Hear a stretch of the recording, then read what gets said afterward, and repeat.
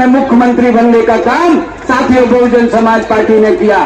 आज उसी नीले झंडे को बहुजन समाज पार्टी के उत्तराधिकारी के तौर पर साथियों हमारे बीच में आज के इस कार्यक्रम के मुख्य अतिथि सम्मान के योग्य आदरणीय आकाश आनंद जी हमारे बीच में आए हैं।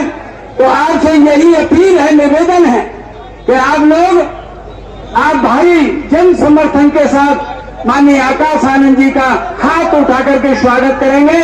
और मैं सबसे पहले नारे बोलूंगा, उसके बाद में माननीय आज के मुख्य अतिथि जी को आमंत्रित करूंगा।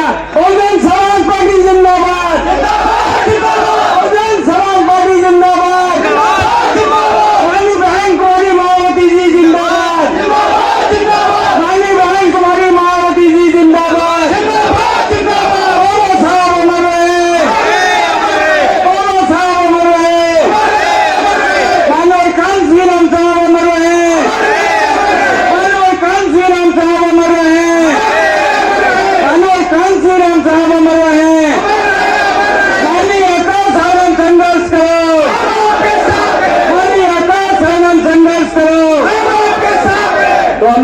बहुत ही अदब के साथ, बहुत ही सम्मान के साथ आमंत्रित करता हूं बहुजन समाज पार्टी के नेशनल कोऑर्डिनेटर, युवाओं के आइकॉन आदरणीय आकाश आनंद जी को वो आए और विशाल जन समूह के बीच अपनी बात कहें। माननीय आकाश आनंद जी।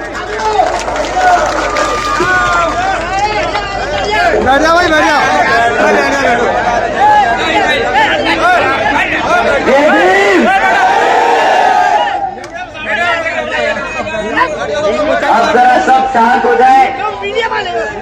हमारे युवा साथी में बहुत जोश है, मैं समझ सकता हूँ, परंतु आप सब जरा शांत हो जाए। यहाँ पे पीछे हमारे सभी बड़े बुजुर्ग भी बहुत देर से बड़े प्यार से इंतजार कर रहे हैं। मैं चाहूंगा आप सब शांति से बैठ जाएं।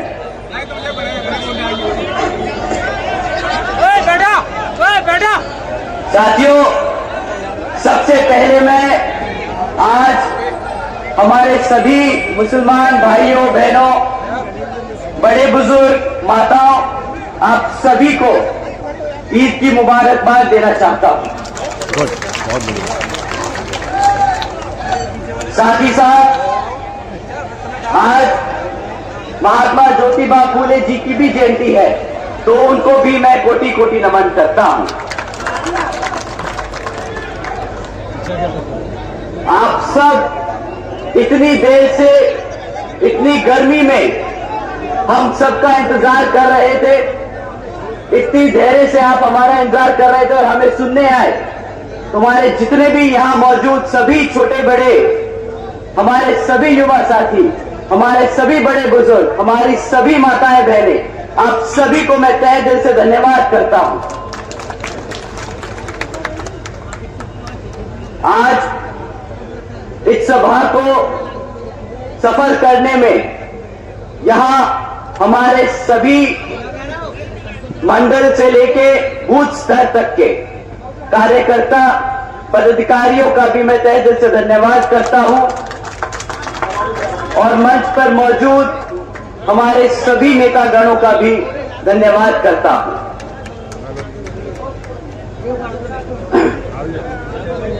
अपनी बात आप सबके बीच में रखने से पहले मैं अपने सभी संतों, गुरुओं व महापुरुषों में से खासकर महात्मा ज्योतिबा फूले जी, छत्रपति शाहू जी महाराज जी, नारायण गुरु जी, पेरियार रामास्वामी जी, बाबा साहब डॉक्टर भीमराव अंबेडकर जी एवं मान्यवर साहब श्री काशीराम जी को नमन करता हूं। साथ ही यहां हमारी पार्टी व बहुजन समाज पार्टी की राष्ट्रीय अध्यक्ष व उत्तर प्रदेश की 4 बार मुख्यमंत्री एवं पूर्व सांसद आदरणीय बहन जी के नाम से लोकप्रिय बहन कुमारी मायावती जी को भी पूरे तहे दिल से आभार प्रकट करता हूं,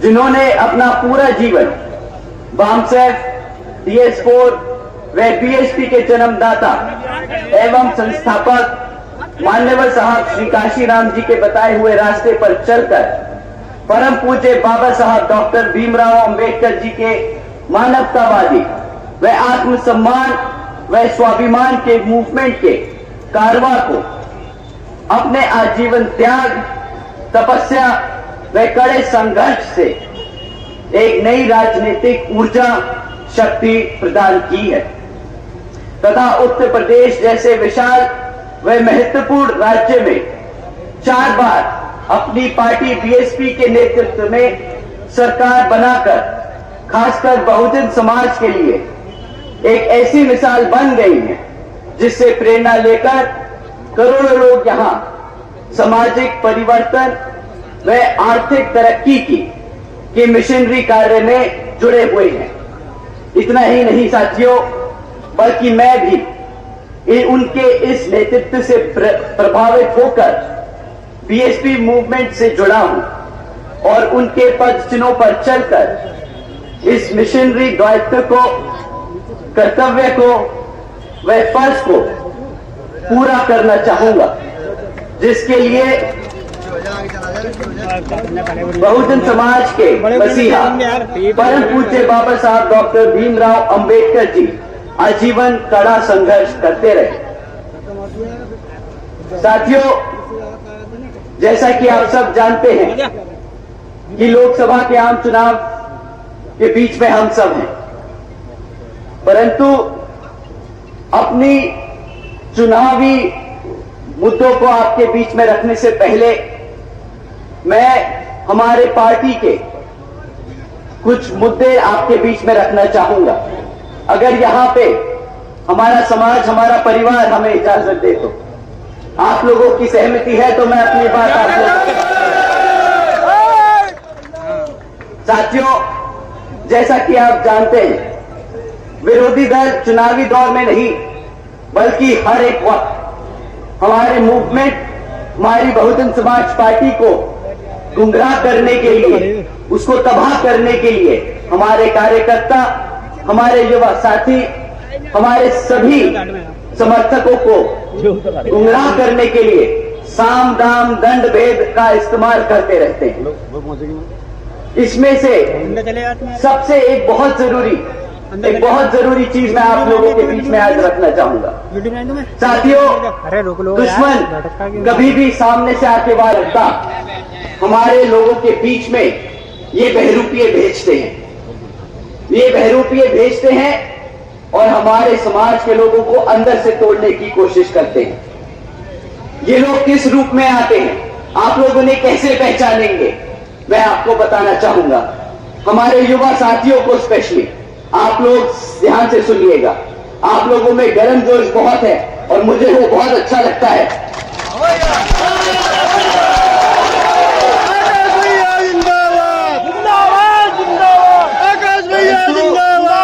मैं अपने युवा साथियों को बताना चाहूंगा कि भाइयों बहनों, आप सब बाबा साहब के बच्चे हैं।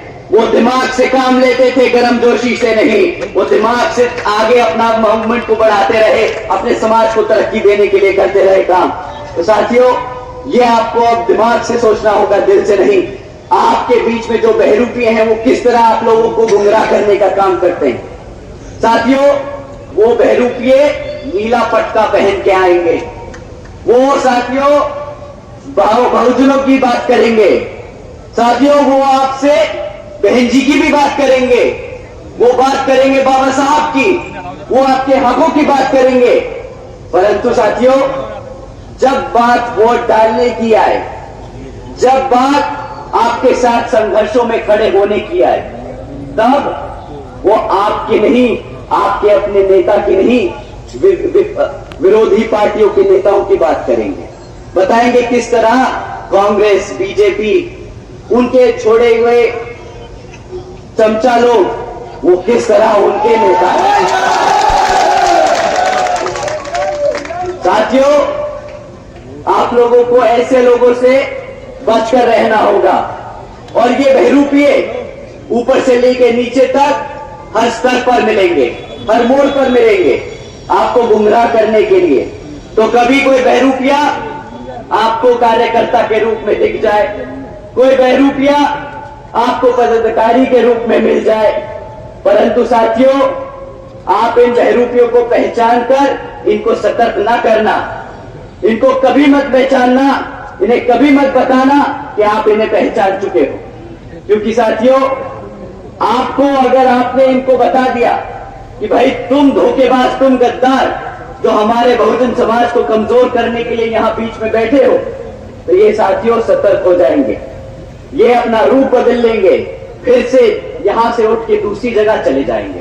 तो आप लोगों को इनसे संभल कर रहना होगा।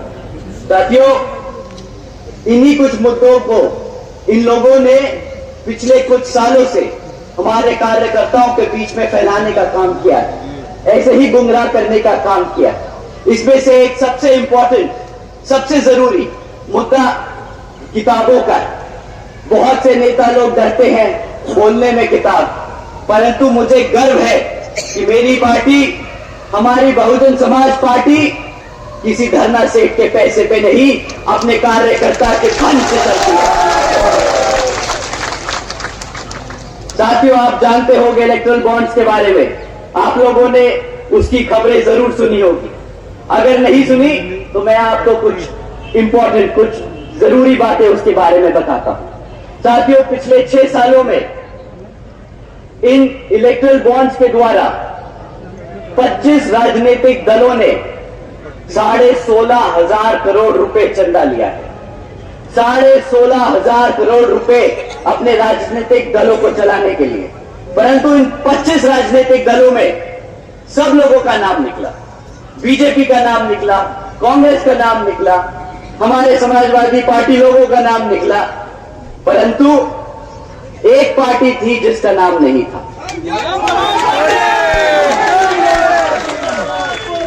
आपको पता है किसकी पार्टी थी वो?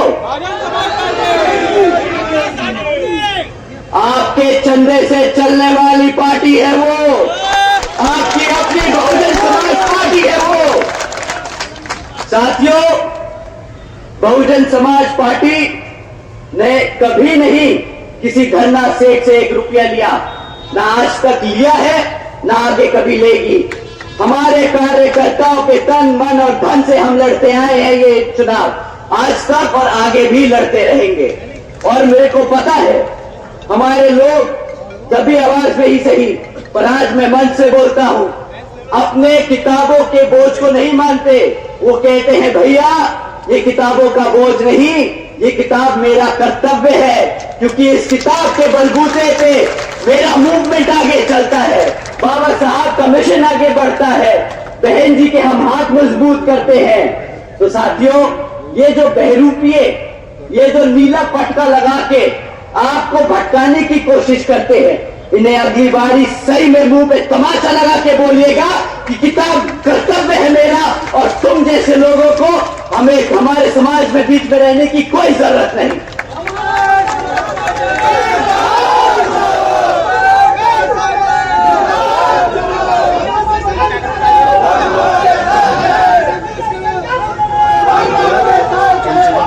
साथियों, ये तो रही बात बहरूपियों की, ये तो रही बात नाटकबाजों की। अब बात करते हैं चुनाव में जो पार्टियां आप लोगों के बीच में आकर आपसे वोट मांगने का काम करने वाली। साथियों, इसमें से एक पार्टी है जो पिछले 10 साल से सत्ता में आसीन है, 10 साल से वो केंद्र की सरकार चला रही है। अब समय आ गया है कि आंख बंद कर कर नहीं, इनके मीठे बातें सुन के नहीं, इनसे सवाल कर कर इनको जवाब देने का। साथियों, 10 साल से ये लोग आप पर राज करते आए हैं, तो इस बारी जब वोट मांगने आए तो आप इनसे 3 मुद्दों पर सवाल कीजिएगा। हम किसी जाति धर्म पे बात नहीं करेंगे, हम सिर्फ 3 मुद्दों पर बात करेंगे। हम बात करेंगे शिक्षा पर, हम बात करेंगे सुरक्षा पर, और हम बात करेंगे रोजगार पर। साथियों, ये तीनों मुद्दे ऐसे हैं जिसकी बदौलत हम आज यहां पर खड़े।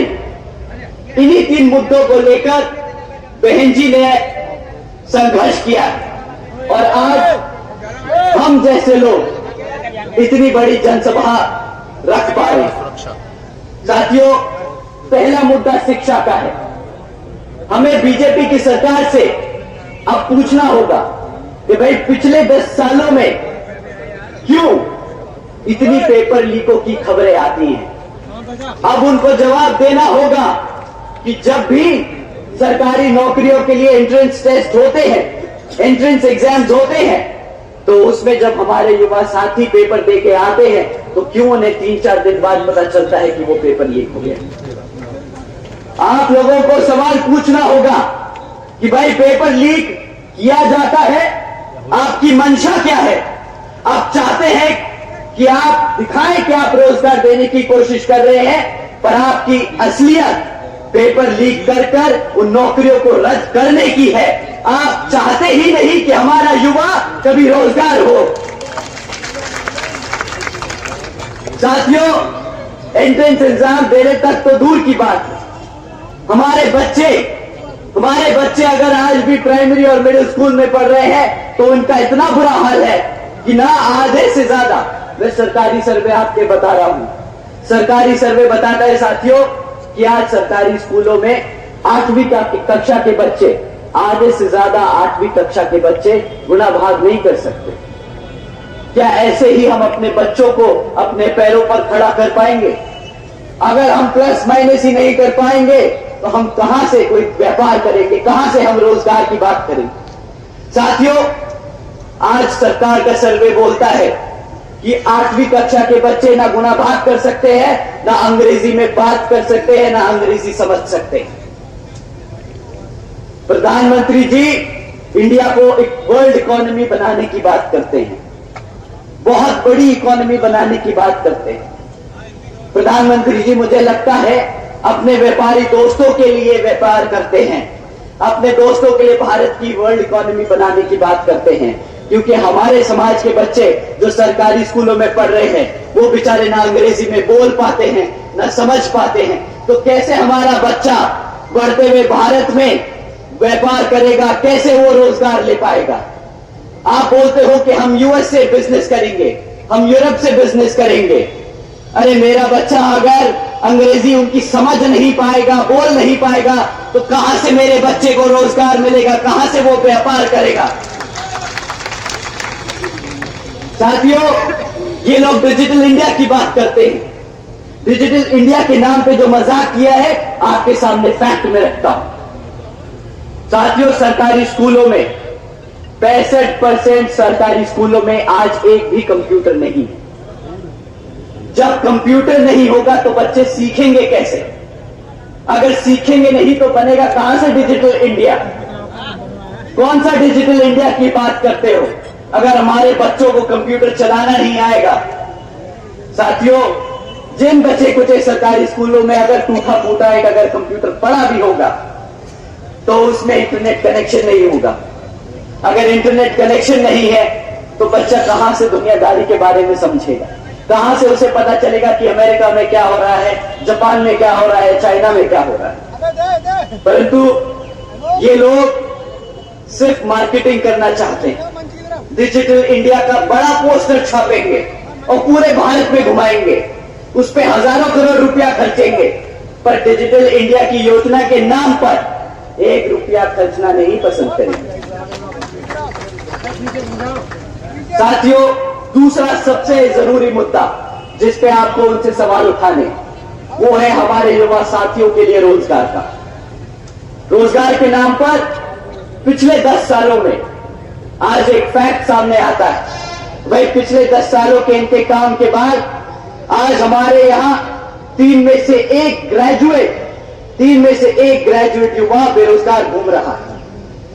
अब अगर 3 में से 1 ग्रेजुएट बेरोजगार घूम रहा है तो मतलब 2/3 भारत के युवा साथी बेरोजगार हैं। रही बात जो लोग पढ़ लिख चुके हैं, अगर बाय चांस गलती से ये जो करप्शन बड़ी बखूबी से करते हैं, अगर गलती से नौकरी का पर्चा निकाल दे तो वहां पे क्या भीड़ भाड़ मचती है, क्या मारामारी होती है। ये एक न्यूज क्लिपिंग सुन के, न्यूज क्लिप की हेडलाइन सुन के बताता हूं। साथियों, एक न्यूज क्लिप थी जिसमें था हेडलाइन 90,000 से ज्यादा पीएचडी स्कॉलर्स, इंजीनियर्स और ग्रेजुएट्स क्लास 4 की नौकरी के लिए अप्लाई कर रहे हैं। बताओ, 90,000 से ज्यादा इतने पढ़े लिखे बच्चे एक क्लास 4 की नौकरी के लिए अप्लाई कर रहे हैं।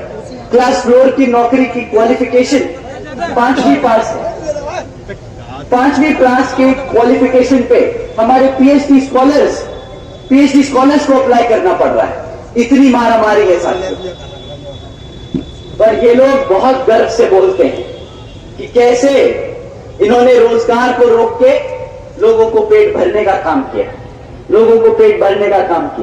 ये बोलते हैं कि भाई हमने आज 80 करोड़ से ज्यादा लोगों को, सरकारी के लोगों को, भारत के लोगों को मुफ्त में राशन देने की स्कीम चलाई। साथियों, केंद्र की भाजपा के बड़े से छोटे नेता और जितने भी भक्त आपको मिलेंगे वो बोलेंगे कि मेरी पार्टी ने 80 करोड़ जनता को मुफ्त में राशन दिया है। पर इन मूर्खों से कोई पूछे कि अबे उल्लुओ, अगर तुमने 80 करोड़ जनता को मुफ्त में राशन दिया है तो मतलब आधी जनता बेरोजगार घूम रही है। इसका क्या जवाब है तुम्हारे पास? अगर आधी जनता बेरोजगार घूम रही है तो राशन नहीं चाहिए था तुमसे। 2014 में तुम्हें राशन के वादे पर सत्ता में बिठाने का काम नहीं किया था।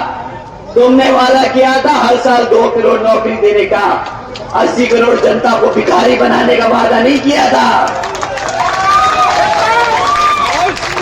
आनंद संघर्ष करो, आनंद संघर्ष करो।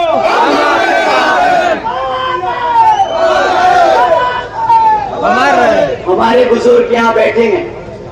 मैं आपसे पूछता हूँ सर, जब भाजपा सत्ता में आई थी 2014 में, तो उन्होंने भरोसा दिलाया था कि आपके बच्चों को रोजगार देंगे। बदले में आपको आज क्या देते हैं? 2,500-1,000 रुपया महीना राशन देने की बात करते हैं। अब आप बताइए, 1,000 रुपए का राशन लेने के लिए आपने वोट डाला था। मैं युवा साथियों से भी पूछता हूं, भाई तुम बताओ, तुम अपनी मेहनत करके पढ़ लिख के किसी तरह निकल जाते हो तो रोजगार के लिए बात करते हो ना। किस लिए चाहिए तुम्हें रोजगार? किस लिए चाहिए रोजगार? अपने माँ बाप ने, आपके अपने माँ बापों ने जो जिंदगी भर संघर्ष किया, अपना मुंह, अपना खुद का निवाला ना रखकर आप लोगों का पेट भरा, तो ताकि आप लोग पलट कर उनके लिए सहारा बन सको, इसलिए आप रोजगार ढूंढते हो ना। आप लोग अपने पैरों पर खड़े होकर अपने माँ बापों का सर फख्र से ऊपर कर समाज में घूमने के लिए आप रोज बाहर निकलते हो ताकि आपको रोजगार मिल जाए, आपकी नौकरी लग जाए, इसलिए तो आप मेहनत करते हो ना। पर साथियों, एक बात बताओ, अगर कोई आपको नेता आके बोले रोजगार तो नहीं है, ये ले 1,000 रुपया अपना राशन ले और घर जाके बैठ जा, क्या आपको बर्दाश्त है? वो 1,000 रुपए का राशन बर्दाश्त है? अब ये सुनिए, 1,000 रुपए का राशन देके एहसान जताने की बात करते हैं कि देखिए हमने आपको 1,000 रुपए का राशन दिया।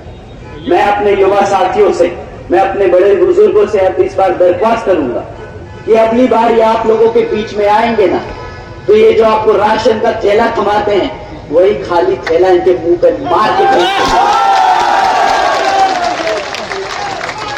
इनसे सवाल करना, मैंने तुम्हें 1,000 रुपए के राशन के लिए वोट नहीं डाला था। मैंने तुम्हें अपने पैरों पर खड़ा होकर नौकरी करके अपने माँ बाप का सर फख्र से ऊपर उठाने के लिए वोट डाला था।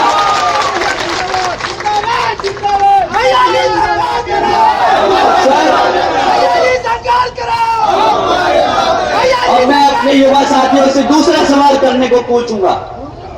आप साथियों पूछिएगा इनसे कि तुमने 1,000 रुपए के हिसाब से हमें 6,000 रुपए का राशन दे दिया, मान लिया, परंतु अगर मुझे क्लास 4 की नौकरी भी मिलती तो 15 से 20,000 रुपए महीना कमाता, साल का कम से कम 2 से 2.5 लाख रुपया कमाता।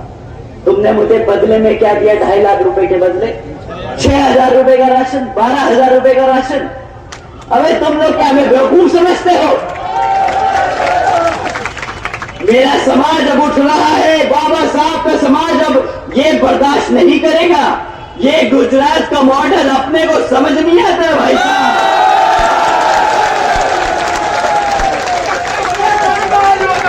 12,000 के बदले 2.5 लाख का चूना तुम गुजरात में लगाना, ये यूपी की जनता अपना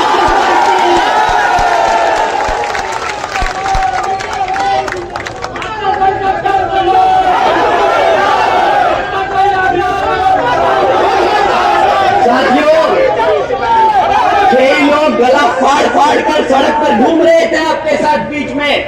महंगाई महंगाई महंगाई, किस बात की महंगाई? तब इन्होंने गला फाड़ के बोला था 50 रुपए का पेट्रोल बहुत महंगा है, हमारा गरीब आदमी कैसे पेट्रोल इस्तेमाल करेगा? गैस सिलेंडर 400 रुपया का है, कैसे इस्तेमाल करेगा, कैसे रोटी पकाएगा? आज इनसे कोई पेट्रोल और गैस सिलेंडर पे बात कर पाता? आप ही बता दो, पेट्रोल का दाम 2014 में क्या था? 65 रुपए, 50, 60, 65, बस। आज क्या दाम है? 100 रुपए से पार है ना पेट्रोल। ये पेट्रोल पता है क्यों नहीं बात करते? ये पेट्रोल की बात पता है क्यों नहीं करते? क्योंकि वही पेट्रोल फूंक के आपके बीच में आना पड़ता है इनको। तो अगर आपने सवाल कर लिया तो इनका हिसाब किताब भी खुल जाएगा। गैस की बात नहीं करते अब ये आपसे, अब तो बोलते हैं फ्री राशन ही ले लो, गैस सिलेंडर की क्या जरूरत? साथियों, अब इन्हें 1100 रुपए का गैस सिलेंडर महंगा नहीं लग रहा है। ये जो बेवकूफ बनाने वाला काम करते हैं ना, ये जो सफेद व्हाइट वॉशिंग का काम करते हैं, ये लो फ्री में राशन, ये लो डिजिटल इंडिया, ये लो मेक इन इंडिया। भाई साहब, हमें बताओ हमारा रोजगार कहाँ है? हमें कुछ नहीं चाहिए, हम अपने पैरों पर खुद खड़े हो सकते हैं, हम मेहनत करना जानते हैं, हमें मुफ्त में राशन की जरूरत नहीं है। ये एहसान भी जताते हैं, ये पेट्रोल फूंक के आपके बीच में आएंगे, फिर एहसान जताएंगे कि देखिए हमारे प्रधानमंत्री जी ने 100 रुपए के पेट्रोल को अब 99 रुपए कर दिया है। ये नहीं बताएंगे 60 रुपए का पेट्रोल 100 रुपए कर दिया था। साथियों, ये रही बात रोजगार, शिक्षा और महंगाई की। अब बात करते हैं सुरक्षा की। हमारे युवा साथी तो लड़ सकते, पर हमारे बूढ़े माँ बापों की सुरक्षा के लिए हमने किसको वोट डाला? हम अपनी सरकार पे ही भरोसा कर सकते हैं कि वो हमारे माँ बापों की, हमारे बड़ों की सुरक्षा करेंगे। परंतु यहाँ के मुख्यमंत्री जी बड़े गर्व से चुपचाप ऑर्डर पास करते हैं रात को 8 बजे कि भाई कल से लड़कियां शाम को 8 बजे के बाद प्राइवेट इंस्टीट्यूट्स में ट्यूशन बाहर नहीं ले सकती। क्यों? क्योंकि बेचारे हमारे मुख्यमंत्री जी इसकी गारंटी नहीं ले सकती कि भाई हमारी बेटियों को सुरक्षा दे सके, परंतु चौड़ के बहुत अच्छे से घर से घूम के बोलते हैं कि आज उत्तर प्रदेश में बच्चा बच्चा सुरक्षित है। अरे भैया, भूखा मार दिया, सुरक्षित बचा कहां से वो? दूसरी चीज जिस पे वो बहुत गर्व करते हैं कि हमारी सरकार बुलडोजर की सरकार है। भाई, कौन सी बुलडोजर की सरकार है आपकी? हमारे गरीबों की छत उखाड़ने की काम किया आपके बुलडोजरों ने। तो इस बात पे कोई गर्व करता है क्या? कोई मूर्खी नेता आके मंच पे बोलेगा मैंने तेरा घर उजाड़ दिया, मैं हूं बुलडोजर की सरकार? बताइए, ये कोई गर्व होने की बात है क्या? साथियों, इनको याद दिलाने का समय आ गया है कि बुलडोजर अपने अवाम की जनता पे, अपनी जनता के घर उजाड़ने के लिए नहीं, गुंडे माफियाओं के वैध धंधों पर तोड़ने के लिए इस्तेमाल किए जाते हैं, जैसे बहन कुमारी मायावती जी ने किया था अपने शासनकाल में। साथियों, उसके बाद ये समय समय पर योजनाएं निकालते रहते हैं आपका ध्यान भटकाने के लिए। कभी फलाना योजना, कभी ढिमकाना योजना, और जब ये योजनाओं के नाम थक जाते निकालते निकालते तो उस पर 2.0 निकाल देते हैं, जैसे बड़े मियाँ छोटे मियाँ 2.0 है। इन्होंने तो सारा रोजगार को, योजनाओं को मूवी के टाइटल बना रखा है। इनसे बोलिए कि भाई मुफ्त में इंटरनेट जो आपने प्राइवेट सेक्टर के द्वारा दिलवाने का काम कर रहे हैं ना, इससे हमारा पेट नहीं भर रहा, इन योजनाओं से कोई फायदा नहीं हो रहा है। इन योजनाओं से हमारा समाज समझदार है, ये सब जो नाटक कर लिया है ना, अब बस समय हो गया है, अब समय हो गया है जवाब देने का। बहुत कर ली, बहुत नाटकबाजी। अब हमें जरा बता दीजिए कि ये जो अग्निवीर योजना के तहत तुमने हमारे युवाओं के साथ बेइज्जती करने का, मजाक करने का काम किया है, तो उसका जवाब कहां है? 4 साल का रोजगार, 4 साल के रोजगार के लिए आपको 10 साल तक सत्ता में रखा क्या? बताइए साथियों। 2 करोड़ सालाना नौकरी देने का वादा किया था, दिया क्या 2 करोड़ नौकरी? साथियों, ये इनसे बड़ा देशद्रोही कोई नहीं। समझने की कोशिश कीजिएगा, इनसे बड़ा देशद्रोही नहीं। ये आपके बच्चों को पढ़ने नहीं देंगे। जब पढ़ेगा नहीं बच्चा तो कभी अपने इतिहास के बारे में नहीं जान पाएगा। जब इतिहास नहीं पता होगा तो जो सामने वाला आज बता रहा है वही मानेगा। आपको पढ़ने तो देगा नहीं, जब पढ़ोगे नहीं तो अपना इतिहास नहीं जानोगे, ना अपना रोजगार कभी ले पाओगे। ये क्या करेंगे? फिर से गुलाम बनाएंगे आपको। रिजर्वेशन खत्म करने का नया तरीका ढूंढा है इन्होंने। जब नौकरियां नहीं होगी तो रिजर्वेशन कहां से देंगे? देना ही नहीं पड़ेगा। ये दीमक की तरह काम कर रहे हैं हमारे समाज को खत्म करने के लिए। साथियों, ये बड़े बड़े पोस्टर से चमकने की जरूरत नहीं है, हकीकत जमीन पे समझने की जरूरत है। साथियों, इनके बारे में अगर मैं और बोलता जाऊंगा तो लगता है अगला लोकसभा चुनाव आ जाएगा, पर इनकी विफलताएं नहीं खत्म होंगी। पर मैं दूसरी पार्टियों के बारे में भी आपको बताना चाहूंगा, 2-3 मुद्दे बस, ज्यादा नहीं, क्योंकि आप यहां बहन जी के बारे में सुनने आए हैं, इनके विफलताओं के बारे में नहीं।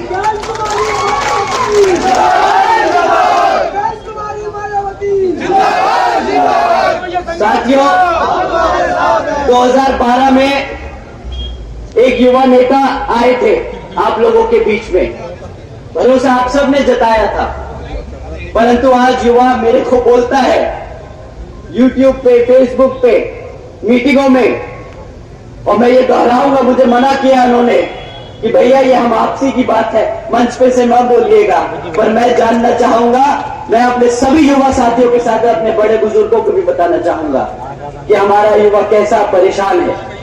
वो बोलता है हंसी मजाक में कि भैया लाल टोपी पे साइकिल पे बैठ कर आए थे, वो लाल टोपी खुद पहन के आए तो बस आखिर में टोपा हमें ही पहना गए भैया। साइकिल पे पहन के पूरा प्रदेश घूम लिए हैं, आज उस साइकिल में ना हवा है ना हमारे पेट में खाना है, पर इनसे भैया अगली बारी इनको वोट नहीं डालना है। आप लोगों को समझना होगा साथियों, ये लोग वैसे गद्दार हैं। अभी आप लोगों के सामने ये सबूत रखता हूं, हमारे मुसलमान भाई बहन यहां मौजूद हैं। पिछली बारी उन्होंने भी भरोसा किया था इन पर, और एक तरफा वोट डाला था, भरोसा करके वोट डाला था। पर आज जब हमारे मुसलमान समाज के ऊपर अत्याचार होता है तो इनके मुंह से एक चू नहीं निकलती है। बता दीजिए मेरे भाइयों बहनों कि क्या निकले इन्होंने एक बार भी क्या अपने समाज के लिए कुछ मुंह खोला क्या? परंतु साथियों, जब रिजर्वेशन इन प्रमोशन का बिल संसद में प्रेजेंट होता है तब इनका हाथ और मुंह सबसे तेज आगे चलता है, सबसे आगे बढ़कर ये बिल फाड़ने का काम करते हैं। साथियों, ऐसी पार्टियों को अपने बीच में घुसने मत देना। बहुत हो गया इनका भाषणबाजी, बहुत हो गया मौका, अब रिजल्ट चाहिए भैया। 5 साल के रिकॉर्ड से साथ हमसे बात करिए कि पिछले 5 साल में अपने शासनकाल में तुमने करा क्या हमारे लिए। साथियों, इसी क्रम में कांग्रेस पार्टी भी आपके बीच में आएगी कि आ चुकी है कि आगे चली जाएगी, उनका विचारों का पता नहीं। मणिपुर से निकले थे, कन्याकुमारी जा रहे हैं, किसके साथ किसके लिए पता ही नहीं। आजकल बोलते हैं भारत जोड़ो भारत जोड़ो। 60 साल दिया इस जनता ने इन्हें, 60 साल तक सत्ता में रखा, तब तो तुम लोगों ने भारत नहीं जोड़ पाए। आज जब तुम्हारी हालत इतनी खस्ता हो चुकी है तो तुम सड़क पर घूमकर भारत जोड़ो की बात करते हो। मेरा समाज भारत जोड़ो की बात नहीं करता।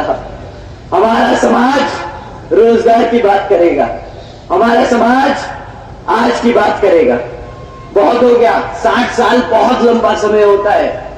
अगर 60 साल में तुम ना काम कर पाए तो आज आगे भी 5 साल में नहीं कर पाओगे।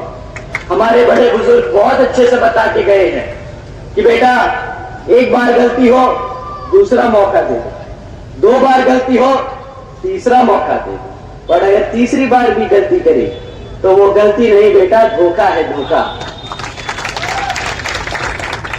अब इनसे धोखा मत खाना। साथियों, अब बहन जी की बात करते हैं। हमारे आदरणीय बहन कुमारी मायावती जी ने जो काम किए हैं, मैं चाहूंगा हमारे युवा साथी ध्यान से सुने, क्योंकि ये जो काम मैं आपको अब बता रहा हूं, ये काम हम दोबारा करेंगे और इसको दुगने स्तर पे करेंगे अगर आप हमें मौका दें। साथियों, बात करते हैं अपनी बहन बेटियों की शिक्षा, सुरक्षा और उनकी फाइनेंशियल सिक्योरिटी के लिए। साथियों, देश में पहली बार बहन जी ने एक योजना चलाई, महामाया गरीब बालिका आशीर्वाद योजना। हमारे बड़े बुजुर्गों के बारे में पता होगा। इस योजना के तहत साथियों, बहन जी ने 3,25,000 बच्चियों को उनके पैदा होने पर 1 लाख रुपए देने का काम किया। साथियों, इस योजना के तहत देश में पहली बार एक गरीब घर में पैदा हुई लड़की लखपति पैदा हुई थी, लखपति पैदा हुई।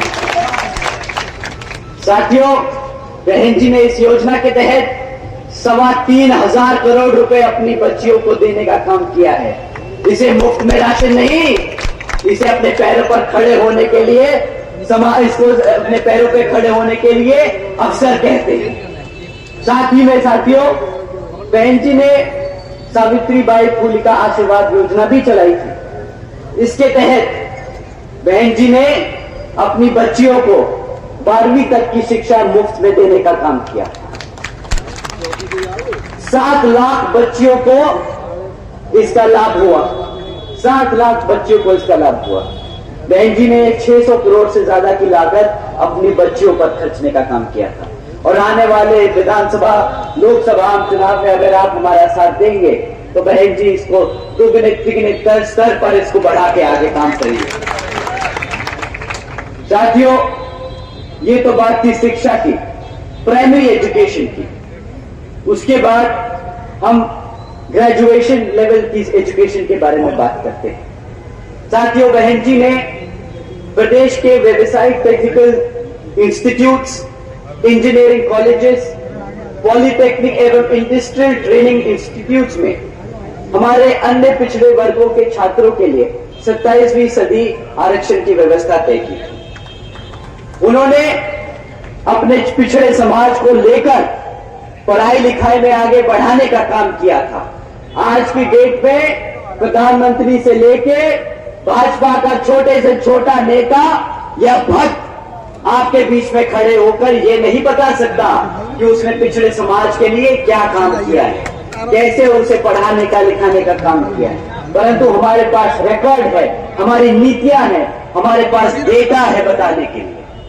साथियों, इसी क्रम में बहन जी ने खाली सीटों में आरक्षण नहीं किया था, बल्कि सरकारी कॉलेजेस के हॉस्टल्स में भी 27% आरक्षण देने का काम किया था अपने पिछड़े वर्ग के भाइयों बहनों के लिए। इसी के साथ साथ बहन जी के गवर्नेंस मॉडल के तहत चलकर बसपा की सरकार ने प्रदेश में अपने शासनकाल में 12,500 करोड़ से 12,500 करोड़ की लागत से हमारे सभी SC, ST, OBC व आदिवासी समाज के 3,50,000 से ज्यादा परिवारों को महामाया आवास योजना के तहत अपना खुद का घर देने का काम किया।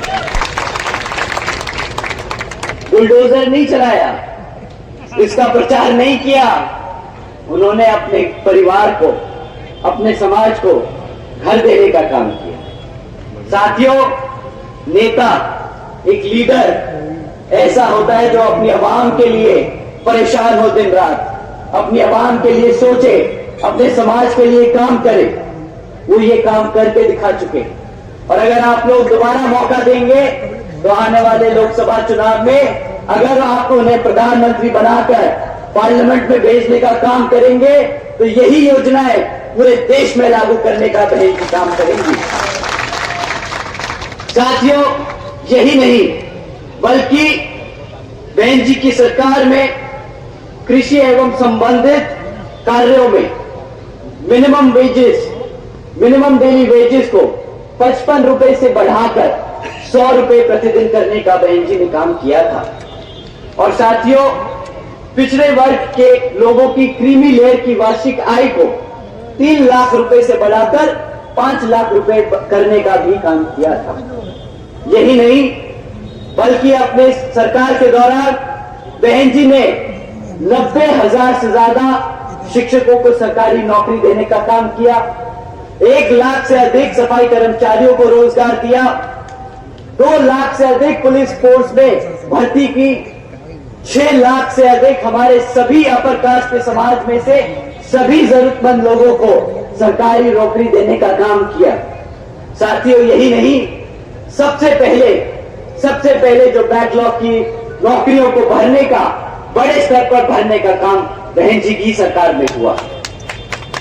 साथियों, अब मैं आप लोगों का और ज्यादा समय ना लेते हुए मैं आपसे सिर्फ एक दरख्वास्त करता हूं कि आने वाले लोकसभा चुनाव में आप पहले तो ये बहरूपियों से संभल कर रहेंगे।